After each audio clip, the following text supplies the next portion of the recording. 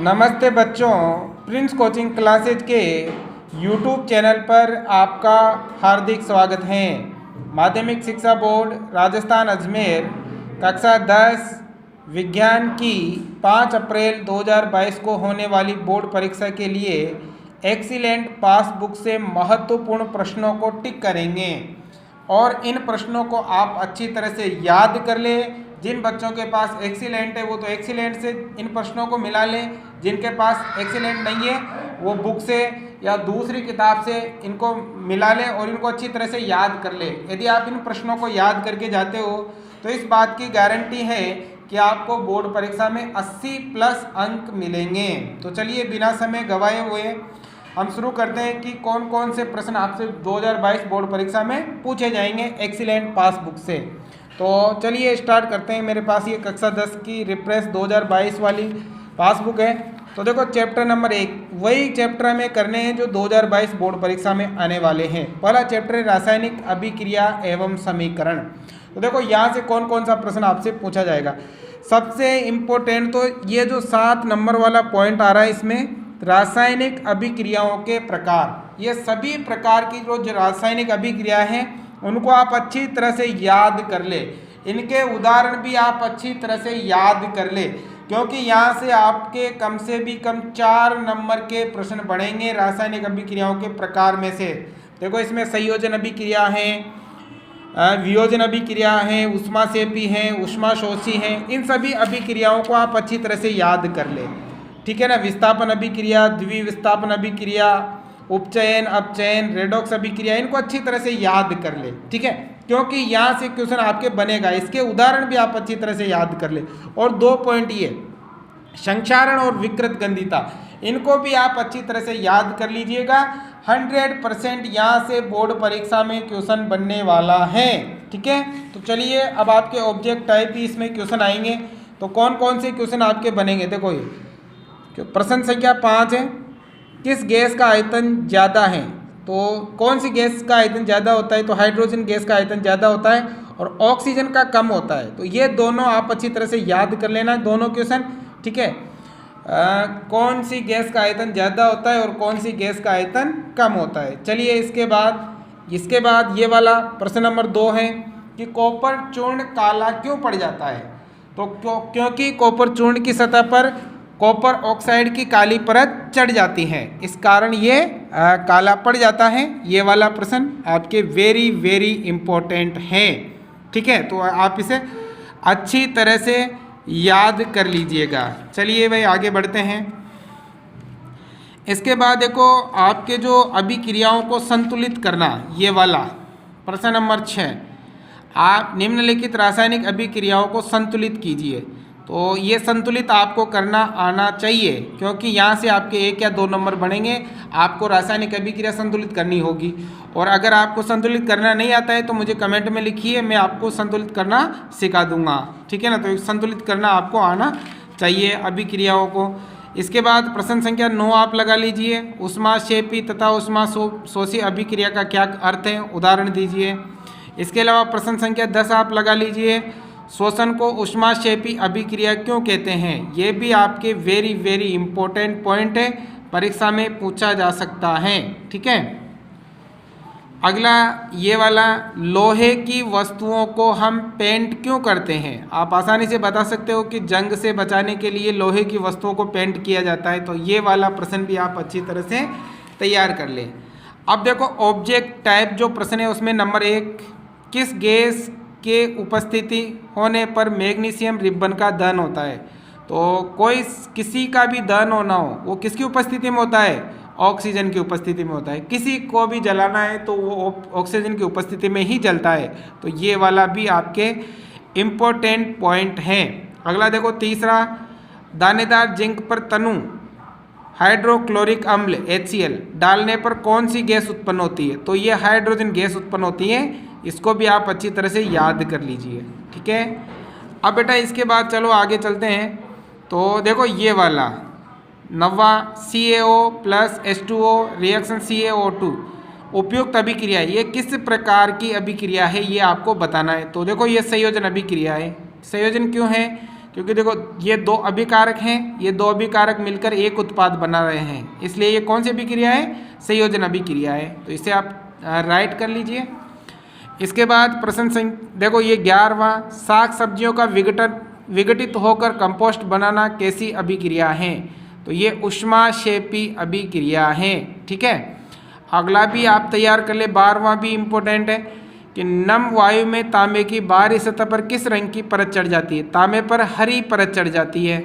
ठीक है, तो ये आप अच्छी तरह से इनको तैयार कर लीजिएगा। ठीक है, अब देखो रिक्त स्थान वाले भी आपके पूछे जा सकते हैं। ठीक है, तो ये दूसरा श्वसन एक कौन सी अभिक्रिया है?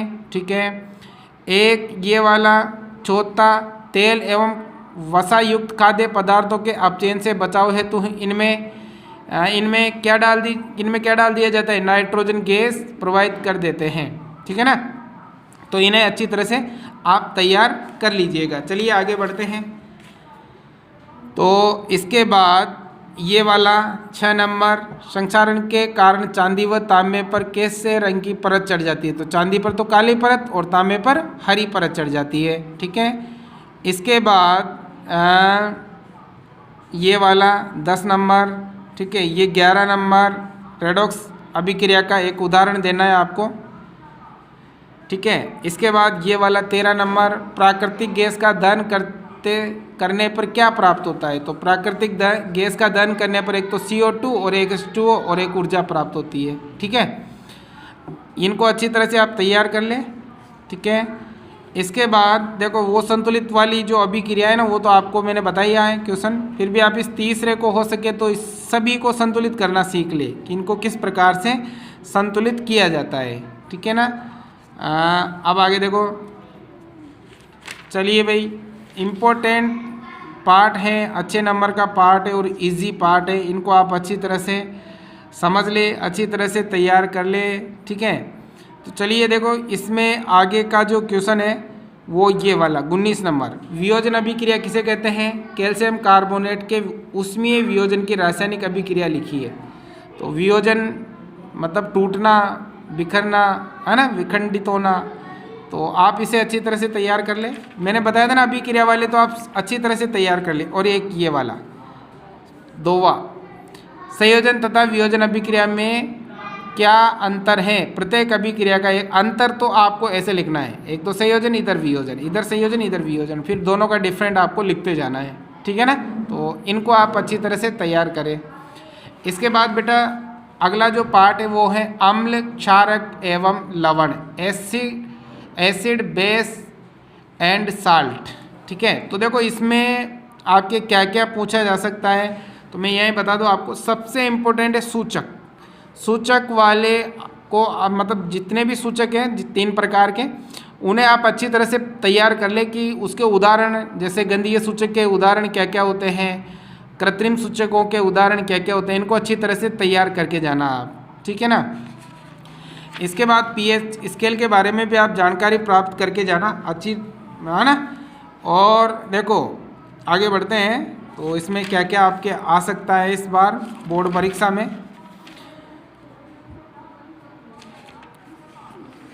तो अच्छी तैयारी होगी आपकी, और अगर आपकी अच्छी तैयारी नहीं है तो जो मैं बता रहा हूँ उन प्रश्नों को आप अच्छी तरह से तैयार कर लें। ठीक है, तो आपको बोर्ड परीक्षा में अच्छे अंक मिलेंगे, इस बात की गारंटी है। ठीक है,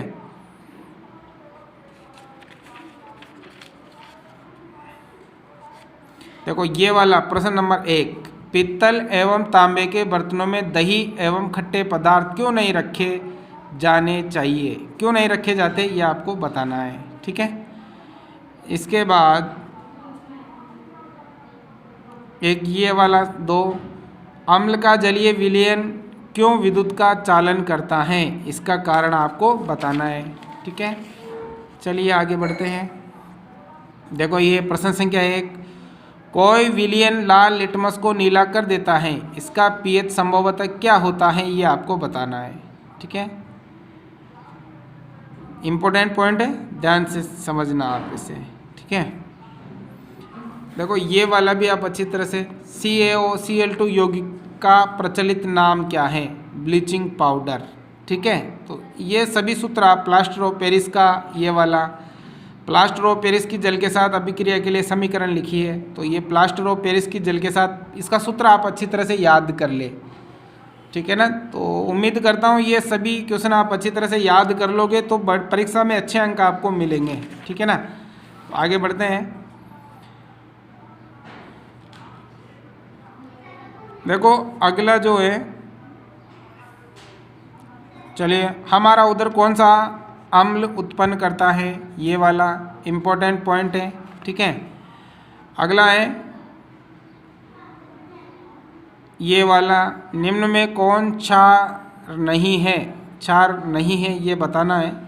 ये वाला रक्त का पीएच मान किस विलेन का, ठीक है, तो ये वाला रक्त का पीएच मान। और ये वाला 4 नंबर, तनु अम्ल से अभिक्रिया कर कौन सा पदार्थ CO2 उत्पन्न नहीं करेगा, ये आपको अच्छी तरह से तैयार करना है, ठीक है।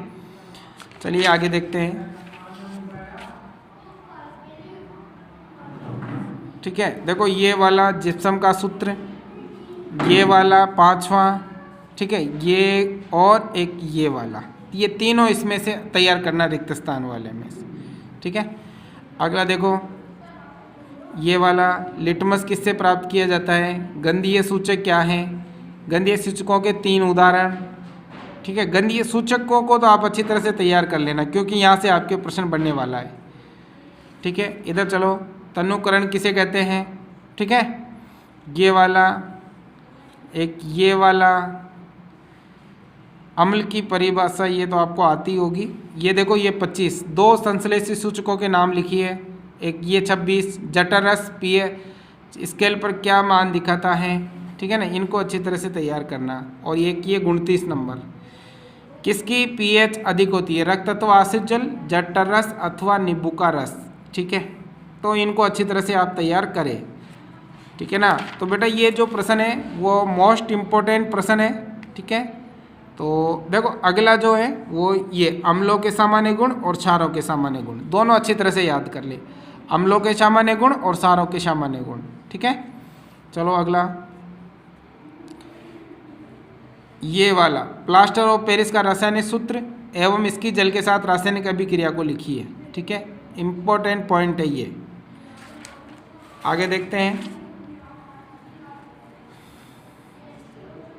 ये वाला क्लोरो क्षार प्रक्रिया के महत्वपूर्ण उत्पादों की सूची बनाइए, इनमें से प्रत्येक उत्पादक का एक महत्वपूर्ण उपयोग, इसमें से बड़ा क्वेश्चन आएगा आपके 4 नंबर में, एक बड़ा क्वेश्चन आएगा, तो इस पार्ट को आप अच्छी तरह से तैयार करें, ठीक है। तो देखो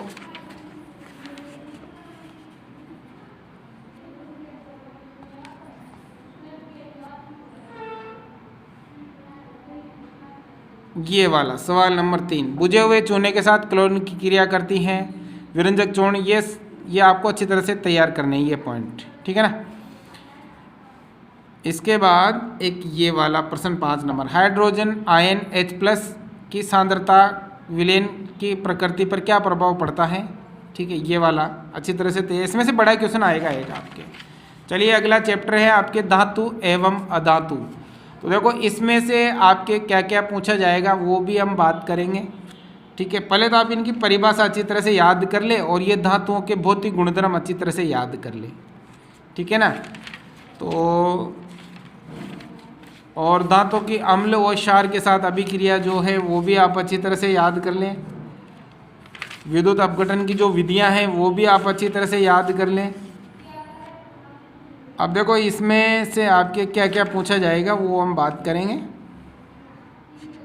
देखो एक तो ये वाला, लोहे को जंग से बचाने के 2 तरीके बताइए, ठीक है, तैयार करना आप इन्हें।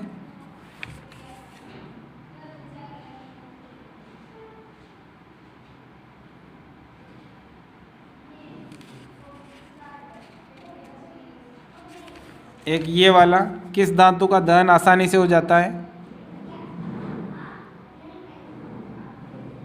ठीक है ना, इसको अच्छी तरह से याद कर लें।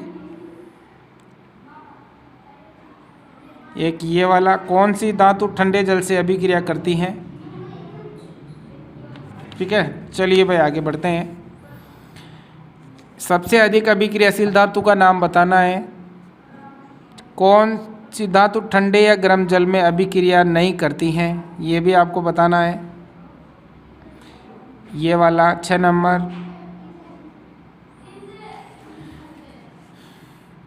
अब देखो ये वाला, एसत लेपन में किस धातु की परत चढ़ाई जाती है? ठीक है, ये वाला सीसा एवं टिन की मिश्र धातु, ठीक है ना। अब देखो रिक्त स्थान वाले में नंबर 1 और नंबर 4, ये दोनों आप अच्छी तरह से तैयार कर लीजिएगा।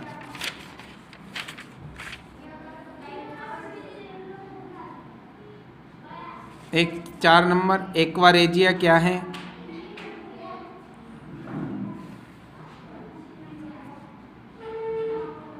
ठीक है। अब देखो, अगर आपको ये वीडियो अच्छा लग रहा हो तो आप इसे अधिक से अधिक लाइक शेयर सब्सक्राइब जरूर से ज़रूर करें। एक ये वाला, ठीक है, और एक ये वाला, ठीक है ना। तो चलिए आगे बढ़ते हैं।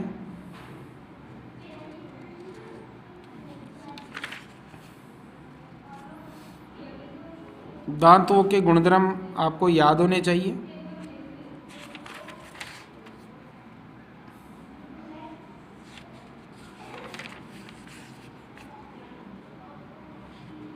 ये वाला, ये वेरी इंपॉर्टेंट, 100% आएगा भाई ये वाला। अयस्क किसे कहते हैं?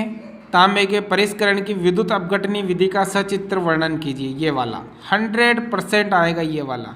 तो आप इसे रट के लो, अच्छी तरह से रट लो, याद कर लो, ठीक है ना। तांबे के परिष्करण की विद्युत अपघटनी विधि को आप अच्छी तरह से याद कर लीजिएगा, ठीक है। तो ये आपके 3 पार्ट तक इम्पोर्टेंट क्वेश्चन हो गए। अब देखो 4 पार्ट आपके आएगा नहीं, 5 पार्ट भी आपके आएगा नहीं, तो इसके बाद हम बात करेंगे 6 पार्ट की, ठीक है ना। अब 6 जो पार्ट है वो है जैव प्रक्रम, लाइफ प्रोसेस, ठीक है। तो इसमें से आपके क्या क्या बड़ा क्वेश्चन आएगा 4 नंबर में, तो आप इस पार्ट को भी अच्छी तरह से तैयार करें और अच्छा पार्ट है। इसके जो चित्र हैं वो मैं कल आपको सभी जो चित्र हैं वो बनाना ट्रिक से सिखा दूंगा, ताकि आपको चित्र बनाने में कोई समस्या नहीं हो। नंबर 1, मनुष्य में वक्र एक तंत्र का भाग है जो संबंधित हैं।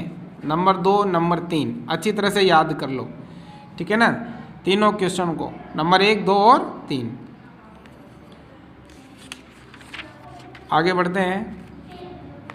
ये वाला 12वां, जाइलम तथा फ्लोएम में पदार्थों के वहन के क्या अंतर हैं? जाइलम और फ्लोएम में, ठीक है ना। इसको अच्छी तरह से याद कर लेना है आपको। अब देखो निम्नलिखित में से स्वपोषी हैं, स्वपोषी आपको बताना है, ठीक है। आगे बढ़ते हैं।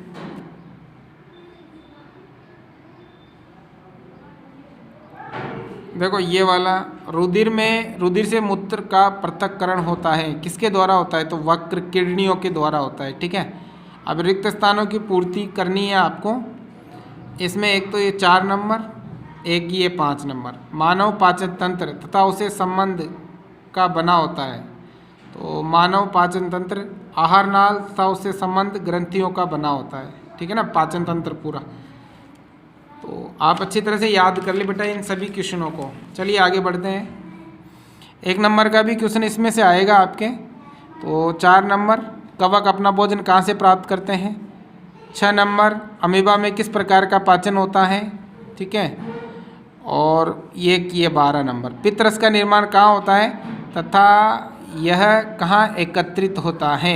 ठीक है, एक हो गया, एक ये वाला, ठीक है, एक रंध्रों के कार्य, अच्छी तरह से याद कर ले आप इन्हें। एक कोशिका गुच्छ कहाँ स्थित होता है? ठीक है, तो ये वेरी इम्पोर्टेंट पॉइंट है जो आपके वार्षिक परीक्षा में आएंगे, तो इन्हें आप अच्छी तरह से याद करें, तैयार करें। ठीक है, अब देखो ये वाला अमीबा में पोषण की विधि लिखी है, वेरी इम्पोर्टेंट पॉइंट है, अमीबा में पोषण की विधि। ठीक है, इसके बाद देखो ये वाला चित्र आपको सारे बनाने आने चाहिए, कोई सा भी चित्र आ सकता है। मैं आपको ट्रिक से चित्र बनवाना सिखाऊंगा कल, तो कल वाले वीडियो का आप इंतज़ार करें। उससे आपको चित्र बनाना आ जाएंगे। सभी चित्र आपको आने चाहिए भाई, ठीक है ना, सबसे इम्पोर्टेंट पॉइंट है। और ये देखो श्वसन तंत्र अच्छी तरह से याद कर लेना आप, श्वसन तंत्र को और पाचन तंत्र को, ठीक है ना। ये पाचन तंत्र वाला है, ये भी आपके 4 नंबर का क्वेश्चन आएगा, बड़ा क्वेश्चन आएगा। तो श्वसन तंत्र पाचन तंत्र इस बार इम्पोर्टेंट हैं, तो आप अच्छी तरह से तैयार करें और उत्सर्जन को भी कर ले। इन सभी के चित्र में आपको सिखाऊंगा बनाना, ठीक है ना। तो ये बड़ा क्वेश्चन आएगा इसमें से, हृदय का चित्र है, ये भी आप अच्छी तरह से याद करके जाना, तैयार करके जाना। कोई सा भी चित्र आपसे पूछा जा सकता है, ठीक है। तो ये 6 पार्ट के इंपॉर्टेंट क्वेश्चन थे। अब देखो 7 पार्ट है नियंत्रण एवं समन्वय। तो यहाँ से आप मस्तिष्क का चित्र अच्छी तरह से याद कर ले और तंत्रिका कोशिका का, ठीक है ना। ये तो आपके इम्पोर्टेंट पॉइंट है जो आपके वार्षिक परीक्षा के लिए महत्वपूर्ण बन जाते हैं।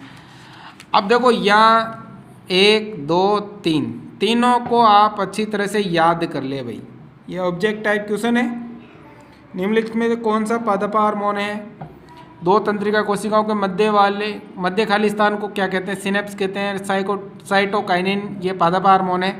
मस्तिष्क उत्तरदायी होता है, सोचने के लिए भी होता है, हृदय के लिए भी होता है, शरीर का संतुलन सबके लिए होता है। तो क्योंकि सबसे इम्पोर्टेंट पॉइंट अपना क्या है, मस्तिष्क की तो है, तो आप इन्हें अच्छी तरह से तैयार कर ले भाई।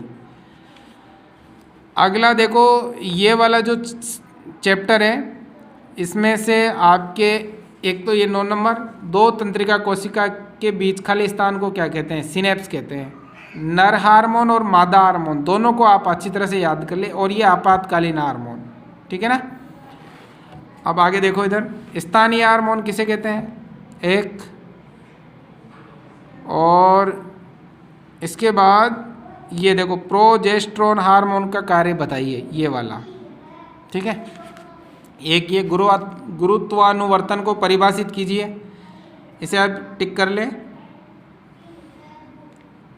तो बेटा ये जो मैं क्वेश्चन बता रहा हूँ, अगर आप उनको अच्छी तरह से याद करके जाते हो तो आप बोर्ड परीक्षा में अच्छे अंक करोगे, इस बात की गारंटी है। रिक्त स्थानों में ये पहला, मस्तिष्क का सबसे बड़ा हिस्सा क्या कहलाता है, ठीक है। और एक ये वाला, फलों को पकाने में सहायक गैसीय हार्मोन है, तो कौन है? तो इथाइलिन फलों को पकाने में सहायक है। चित्र आप करें, मस्तिष्क का भी तैयार करें। मैं आपको बढ़वाऊंगा चित्र, अभी 4 दिन का समय है, तो 4 दिन में मैं आपको बहुत कुछ सिखा दूंगा। तो आप लगातार इस चैनल पे बने रहिए और वीडियो को अधिक से अधिक लाइक कीजिए, शेयर कीजिए। चैनल पर नए हो तो सब्सक्राइब कर लीजिए, क्योंकि इस चैनल के माध्यम से आपको नई नई चीज़ों की जानकारी मिलती रहती है, ठीक है। तो इन प्रश्नों को आप अच्छी तरह से तैयार करें, तो ठीक है। तो 8वां पार्ट आपके परीक्षा में इस बार नहीं पूछा जाएगा, क्योंकि ये सिलेबस में नहीं था। तो इसके बाद आगे चलते हैं। तो 8 के बाद 9 आनुवांशिकता एवं जैव विकास, ये वाला चैप्टर आपके आएगा इस बार, ठीक है ना। तो अब देखो इसके इम्पोर्टेंट क्वेश्चन कौन कौन से हैं। एक तो मेंडल की जीवनी अच्छी तरह से याद कर ले, मेंडल के तीनों नियम आप अच्छी तरह से याद कर ले, ठीक है ना। तो देखो यहाँ से आपके कौन कौन से प्रश्न बनेंगे। उदाहरण प्रश्न नंबर 2 समजात अंगों का उदाहरण है, ठीक है, अच्छी तरह से तैयार कर ले, ठीक है। अब आगे देखते हैं।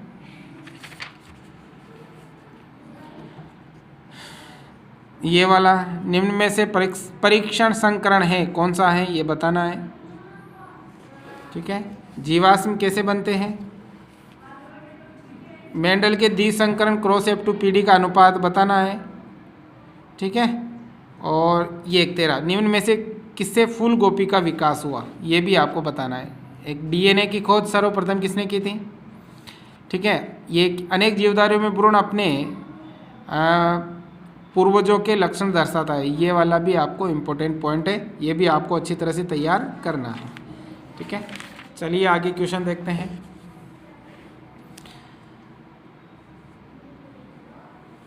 जीवाश्म किसे कहते हैं? समजात अंगों का एक उदाहरण दीजिए। समवर्ती अंगों का एक उदाहरण दीजिए। अनुवांशिकी किसे कहते हैं? इनको अच्छी तरह से तैयार करो भाई। एक ये उत्परिवर्तन किसे कहते हैं? जंगली गोपी से किन किन सब्जियों का विकास हुआ, ठीक है, इनको अच्छी तरह से याद कर लेना। अब इसके बाद देखो आगे जो क्वेश्चन इसमें बनेगा, इम्पोर्टेंट क्वेश्चन बनेगा मेंडल के जीवन से संबंधित। तो देखो ये वाला, मेंडल के आनुवांशिकता के प्रभावितता के नियम को समझाइए। वैसे तो मेंडल के 3 नियम है, तीनों ही आपको अच्छी तरह से याद करने हैं, ठीक है ना। स्वतंत्र अपीवन का नियम अच्छी तरह से याद करना है, ठीक है। अब देखो इसके बाद क्या और पूछा जा सकता है इसमें से, वो भी हम देख लेते हैं। ये चित्र भी आप बना लेना, ये वाला समजात एवं समवर्ती अंगों के चित्र, समजात एवं समवर्ती अंगों के चित्र आपको बनाने हैं, ठीक है। एक ये रहा, मेंडल के स्वतंत्र अपीवन का नियम समझाइए। तो इसके स्वतंत्र अपीवन के नियम को आपको समझाना है।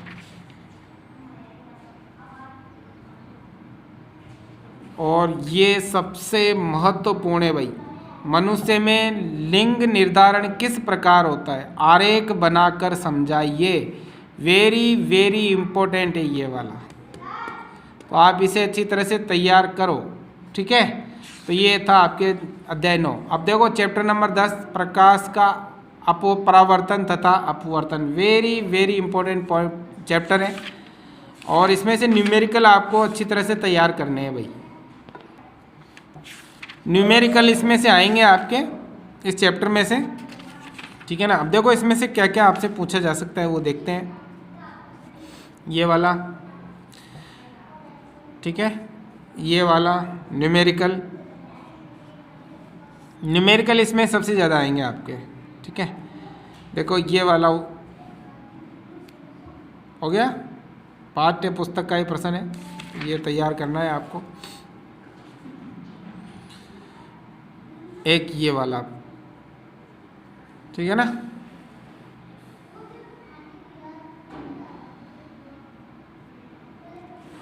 एक ये वाला,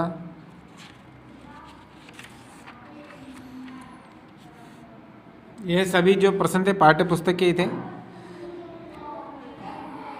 ठीक है। एक देखो समतल दर्पण का आवर्धन क्या होता है, ये भी आपको तैयार करना है।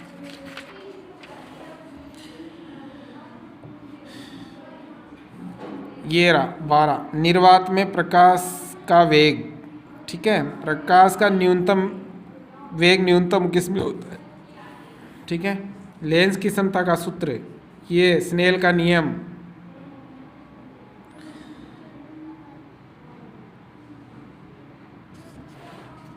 दर्पण सूत्र, निर्वात में प्रकाश की चाल सबसे ज़्यादा होती है ना। ये सब याद करने हैं।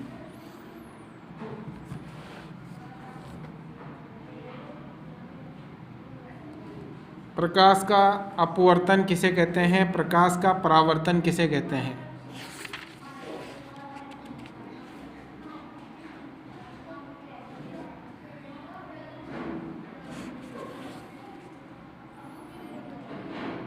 बिल्कुल इजी पेपर आने वाला है तुम्हारे, तो ज़्यादा आपको चिंता करने की आवश्यकता नहीं है। ये रहा, किस लेंस का आवर्धन सदैव 1 से कम होता है, ठीक है ना। तो इनको अच्छी तरह से तैयार करें आप। उत्तल दर्पण और अवतल दर्पण में अंतर बताने हैं, तो अंतर आपको ऐसे लिखना है, उत्तल दर्पण इधर, अवतल दर्पण इधर, ठीक है।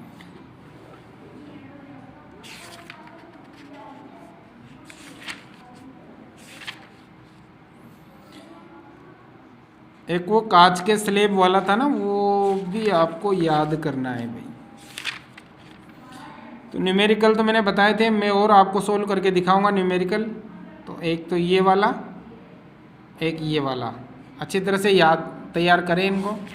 न्यूमेरिकल सबसे ज़्यादा इम्पोर्टेंट रहने वाले इस पार्ट में से, ठीक है ना। तो ये था आपके 10 पार्ट, तो 11वां आपके बोर्ड परीक्षा में नहीं आएगा। इसके बाद विद्युत की बात करते हैं, यहाँ से भी न्यूमेरिकल निकल के आएगा आपके विद्युत, ठीक है ना। तो देखो यहाँ से आपके क्या क्या बनेंगे, कौन कौन से प्रश्न बन सकते हैं विद्युत वाले पार्ट में से।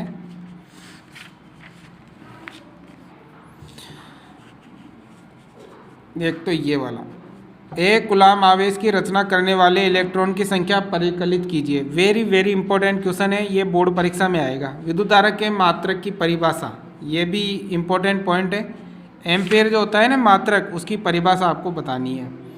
एक ये वाला न्यूमेरिकल, ठीक है ना, न्यूमेरिकल पे आप ज़्यादा ध्यान दें।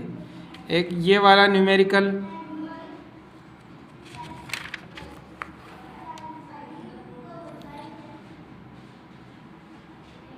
न्यूमेरिकल पे आप जितना ध्यान दोगे इन दो पार्टों में वो आपके लिए बेहतर रहेगा। एक ये वाला और एक ये वाला, ये न्यूमेरिकल आपके हैं,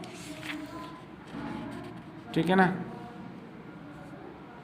देखो ये वाला, किसी विद्युत बल्ब का अनुमानतांक 220 वोल्ट 100 वाट हैं। जब इसे 110 वोल्ट पर प्रचलित करते हैं तब इससे द्वारा उपभुक्त शक्ति कितनी होगी, ये आपको बताना है, ठीक है।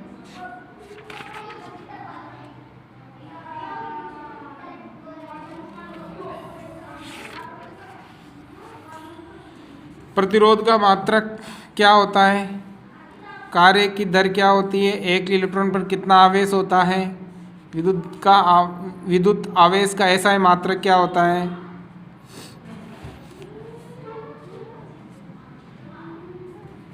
देखो रिक्त स्थान में विद्युत आवेश के प्रवाह की दर को विद्युत आवेश के प्रवाह की दर को क्या कहते हैं, तो ठीक है। एक ये विद्युत विभवांतर का मात्रक क्या होता है, ठीक है। चलिए भाई आगे बढ़ते हैं। एक ओम का नियम आपको भूलना नहीं है भाई, इसमें ओम का नियम आपके 100% आएगा। 3 ऐसे चालकों के नाम लिखे जिनमें कम प्रतिरोध होता है, ठीक है ना, ये ध्यान रखना है। 2 ऐसे चालकों के नाम लिखे जिनका अधिक प्रतिरोध होता है, याद कर लेना अच्छी तरह से, ठीक है।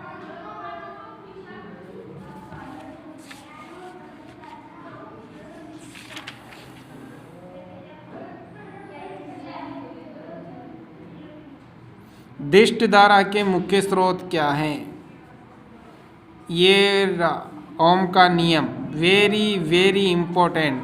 ओम का नियम अच्छी तरह से याद कर लेना आप, ठीक है ना, ये ओम का नियम ही है, ठीक है।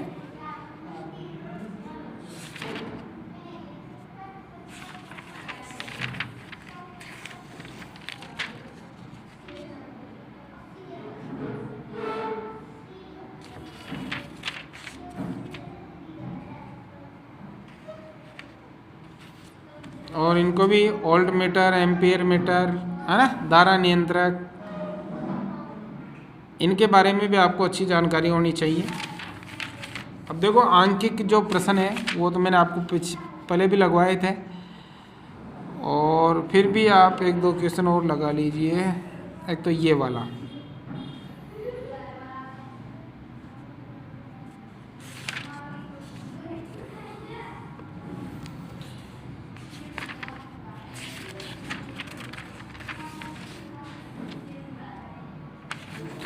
अब इसके बाद आपके अध्याय 13 है विद्युत धारा का चुंबकीय प्रभाव, ठीक है ना। तो विद्युत धारा के चुंबकीय प्रभाव में से भी आपके बड़ा क्वेश्चन बनेगा। अब देखो इसमें से क्या क्या आएगा वो भी बात करेंगे।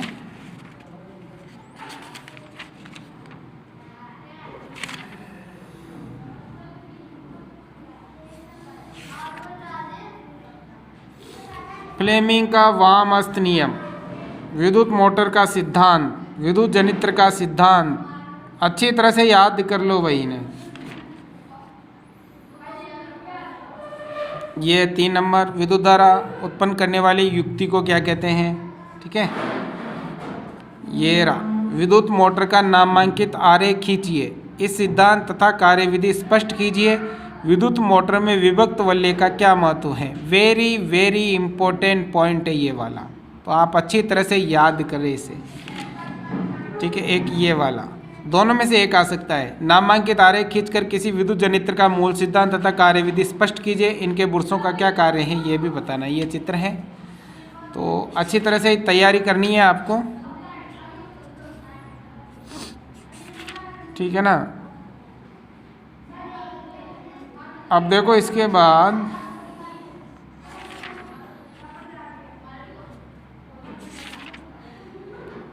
ये रहा, धारावाही परिनलिका में चुंबकीय बल रेखाएं खींचिए। तो ये आपके अध्याय 13 था। अब अध्याय 14 है आपके ऊर्जा के स्रोत। ठीक है,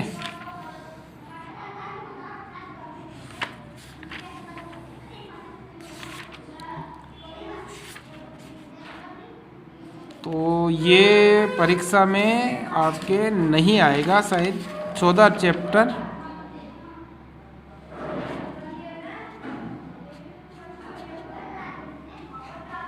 तो देखो 15वां चैप्टर है हमारा पर्यावरण, ये 4 नंबर का है। ठीक है ना, तो इसमें से क्या क्या आ सकता है वो देखते हैं।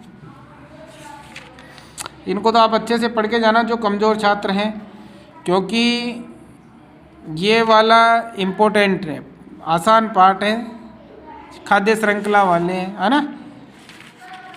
तो देखो किसी पारितंत्र के घटक हैं, ये वाला सबसे बड़ा पारितंत्र कौन सा है, पारितंत्र में ऊर्जा का प्रवाह होता है। इनको ध्यान से याद करके जाना। और ओजोन परत को हानि पहुंचाने वाले रसायन क्या हैं, ठीक है ना, इनको अच्छी तरह से तैयार करें। उत्पादक क्या है, जीवमंडल क्या है, सूक्ष्म जीवधारियों के उदाहरण, मानव निर्मित 2 पारितंत्रों के उदाहरण, ये है। ठीक है,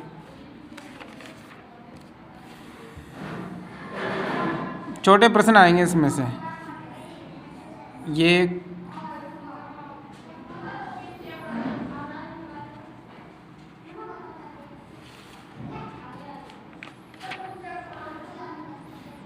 अम्लीय वर्षा,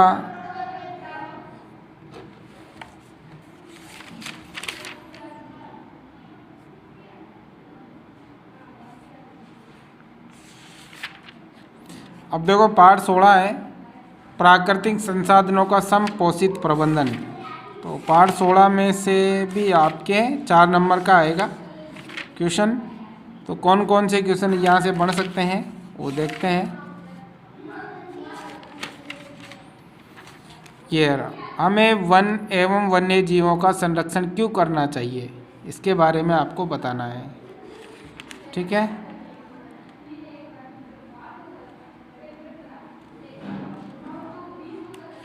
ये 3R का सिद्धांत, हमें संसाधनों के प्रबंधन की क्यों आवश्यकता है, पर्यावरण मित्र बनने के लिए आप किस आदतों में से परिवर्तन ला सकेंगे। ये 3R, ये भी लिखा हुआ सकता है कि 3R के सिद्धांत के बारे में बताओ। तो ये 3R का ही है, रिड्यूस, रिसाइकल, रीयूज, कम उपयोग, पुनः चक्रण, पुनः उपयोग। ठीक है, तो इसे आप तैयार करें। ये 1 नंबर, 3 नंबर, 2 नंबर, IUCN का पूरा नाम, चिपको आंदोलन किस वर्ष प्रारंभ हुआ, गंगा सफाई कार्य, सरदार सरोवर बांध कौन सी नदी पर है।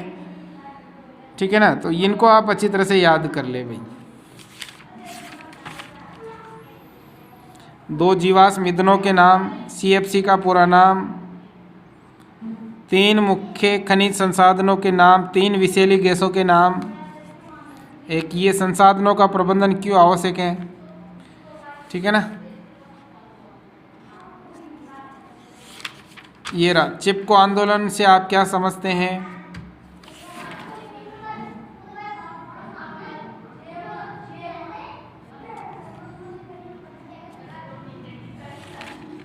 तो ये आपके क्लास 10th के सारे